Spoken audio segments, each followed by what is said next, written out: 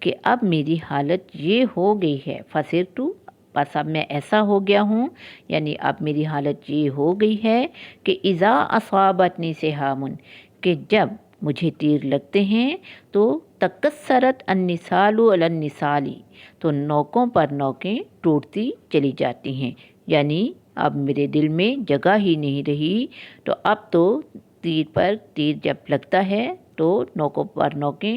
تیروں کی ٹوٹتی چلی جاتی ہیں۔ وہانا، واو اور ہانا، ہانا کا مطلب ہوتا ہے وہ معمولی ہوا، فما، فاپس، ما نہیں، ابالی میں پرواہ کرتا، بالرزایا، با کا مطلب سے یا ساتھ، رزایا جیسے دوسرے شعر میں بھی پہلے مصرع میں استعمال ہوئے، تو رزایا مصیبتیں، مصائب، تو وہانا، فما ابالی با محاورہ اس طرح سے کیا جائے گا۔ اور اب یہ میرے لیے بہت ہی معمولی بات ہو گئی ہے، فما ابالی یعنی وہانا، اور اب میرے لیے یہ معمولی بات ہو گئی ہے، فما ابالی بالرزایا، چنانچہ اب میں مصیبتوں کی پرواہ نہیں کرتا، لِأَنِّی کیونکہ میں منتفعت، ما کا مطلب نہیں، انتفعت میں نے نفع اٹھایا یا میں نے فائدہ اٹھایا، بِأَن کہ ابالی میں پرواہ کروں، با محاورہ لِأَنِّی سے اس طرح سے کیا جائے گا، کیونکہ پرواہ کرنے سے مجھے کوئی فائدہ نہیں ہوا۔ تو پورے شعر کا ترجمہ دوبارہ سنیے،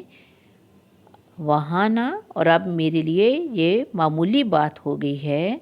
چنانچہ میں اب مصیبتوں کی پرواہ نہیں کرتا، کیونکہ پرواہ کرنے سے مجھے کوئی فائدہ نہیں ہوا۔ تو دوبارہ جو ہے ایک دفعہ سن لیجئے شروع سے، کہ زندگی میں تیرے لیے محبوب سے اتنا ہی حصہ ہے جتنا تجھے سوتے میں خواب و خیال سے حاصل ہوتا ہے، اور زمانے نے مجھ پر مصیبتوں کے اتنے تیر برسائے کہ اب میرا دل ان مصائب کے تیروں کی ایک چادر میں لپٹا نظر آتا ہے۔ اگلا شعر، اب میری حالت یہ ہو گئی ہے کہ جب مجھے تیر لگتے ہیں تو نوکوں پر نوکیں ٹوٹتی چلی جاتی ہیں۔ آخری شعر، اور اب میرے لیے یہ بات معمولی ہو گئی، چنانچہ اب میں مصائب کی پرواہ نہیں کرتا، کیونکہ پرواہ کرنے سے مجھے کوئی فائدہ نہیں ہوا۔ تو طالبہ یہ اشعار یہ بھی عباسی دور کے ایک بہت ہی مشہور زمانہ شاعر المتنبی کے ہیں، اور متنبی اکثر اپنے اشعار میں حکیمانہ باتیں بیان کرتا ہے، اور یوں سمجھیے کہ عربی زبان کا یہ شاعر اردو زبان کے شاعر غالب کے ہی مشابہ ہے۔ پہلے شعر میں شاعر متنبی کہتا ہے کہ زندگی میں محبوب سے صرف اتنا ہی حصہ مل پاتا ہے جتنا کہ خواب و خیال سے حاصل ہوتا ہے، یعنی زندگی کی لذتیں تو خواب کی طرح محض چند لمحوں کے لیے ہی حاصل ہوا کرتی ہیں، جبکہ بیشتر زندگی دکھوں اور محرومیوں سے عبارت ہے۔ اور اگلے جو 3 اشعار ہیں ان میں وہ شاعر جو ہے وہ انسان کی اس خصلت کا ذکر کرتا ہے کہ وہ دکھ سہتے سہتے دکھوں کا اس قدر عادی ہو جاتا ہے کہ پھر اسے دکھ محسوس نہیں ہوتا۔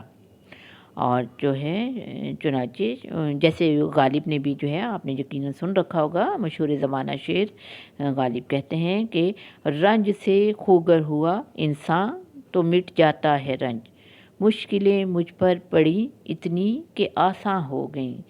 تو طالبات یقیناً جو ہے آج کے اشعار بھی آپ بخوبی سمجھ گئے ہوں گے، لفظی و با محاورہ ترجمے کے ساتھ تیار کیجیے گا۔ انشاءاللہ اگلے لیکچر میں آپ سے ملاقات ہوگی۔ اللہ حافظ۔